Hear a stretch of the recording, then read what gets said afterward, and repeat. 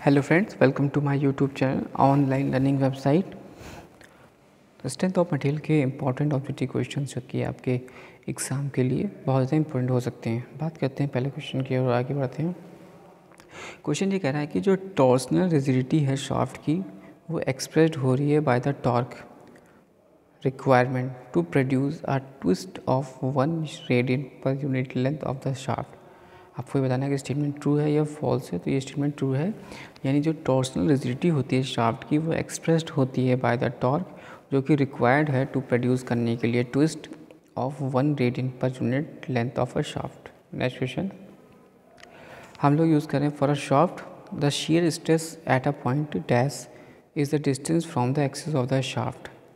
आपको ये बताना है क्या होगा इसका सही आंसर, डायरेक्टली प्रोपोर्शनल टू यानी B. For a shaft, the shear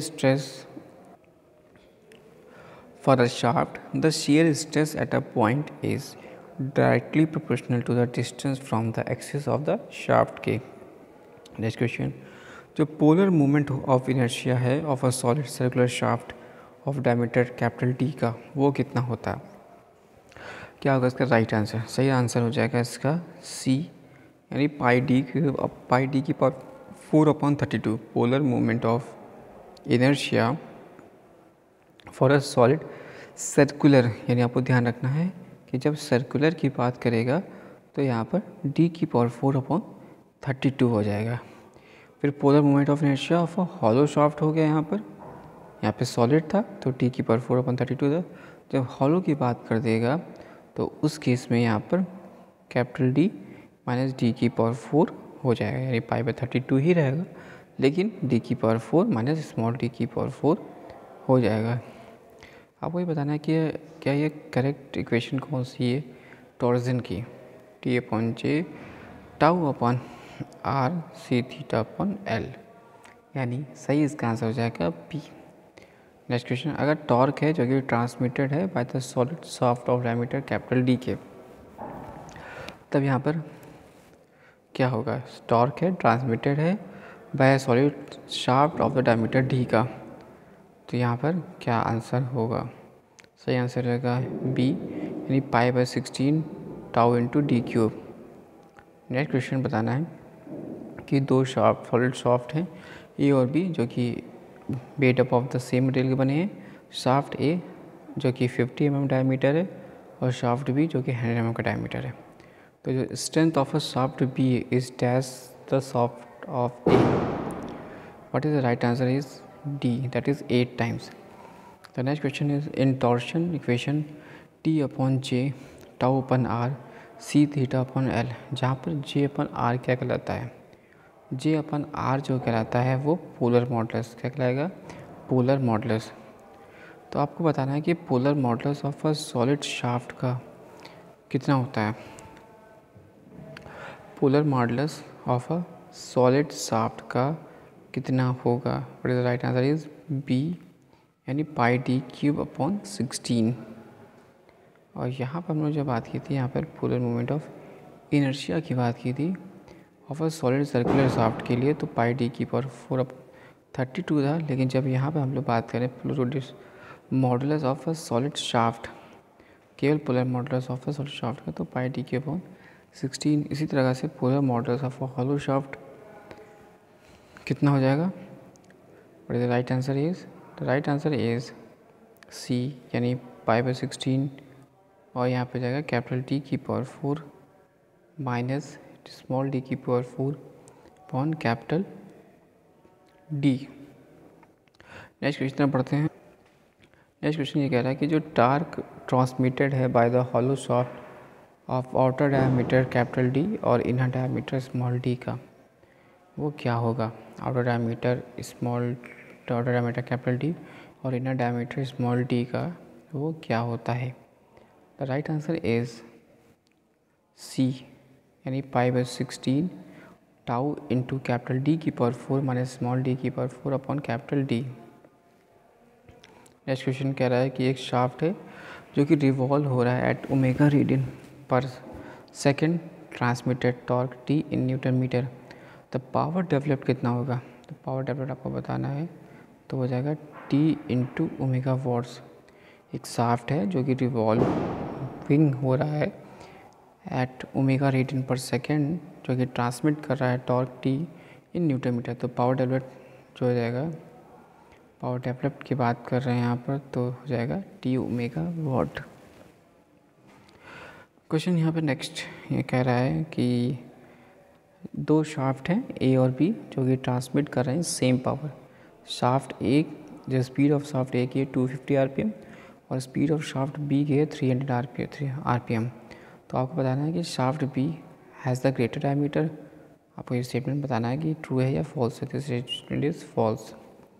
दो शाफ्ट हैं ए और बी, सेम मटेरियल के हैं। Shaft A solid diameter 100 mm का है और शाफ्ट बी का हॉलो है विद आउटर डायमीटर 100 mm और इनर डायमीटर 50 mm। तो torque transmitted by the shaft B is dash of the shaft A. What is the right answer is, so सही answer हो जाएगा डी, यानी 15/16।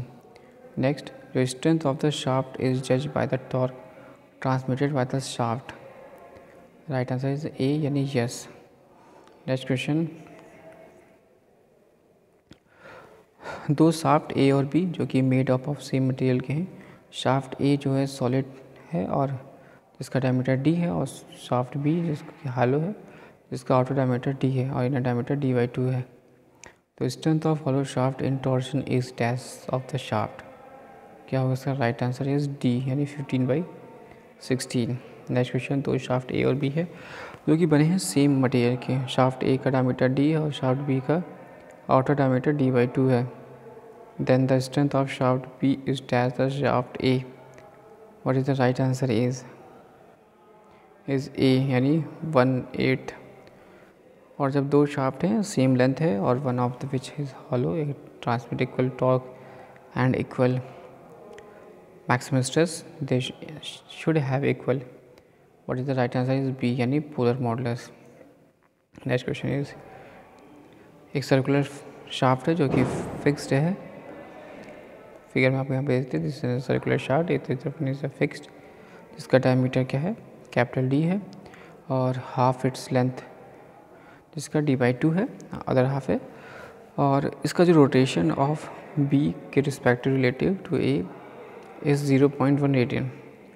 तो rotation of C relative to the B कितना होगा, तो इसका राइट आंसर हो जाएगा सी, यानी 1.6 रेडियन, 294। और फॉर द टू शाफ्ट जो कि connected in a parallel and subjected to a twisting moment, then the angle of twist of each shaft will be the same. The right answer is A, यानी yes. आपको ये बताना है कि जो strain energy stored है in a solid circular shaft subjected to a shear resistance tau की, वो कितना होगा। सही आंसर इसका क्या होगा, तो सही आंसर होगा इसका tau square upon 4 capital C into volume of the shaft. Next question ये कह रहा है कि जो स्ट्रेन एनर्जी स्टोर्ड है in a hollow circular shaft of outer diameter D और inner diameter D subjected to कितना होगा, तो सही है इसका आंसर हो जाएगा 296 का राइट आंसर हो जाएगा इस डी, यानी tau square upon 4c into capital D square plus small D square upon capital D into volume of the shaft. The next question is, जब शाफ्ट ऑफ डायमीटर की capital D है और subject to twisting moment T है, bending moment M है, तो क्या formula इसका होगा। राइट आंसर हो जाएगा इसका सी, यानी 1/2 ब्रैकेट में m plus M square plus T square. तो नेक्स्ट क्वेश्चन, एक शाफ्ट डायमीटर टी है, subject to a twisting moment T है, बेंडिंग मोमेंट m है, देन इक्विवेलेंट ट्विस्टिंग मोमेंट की बात करी।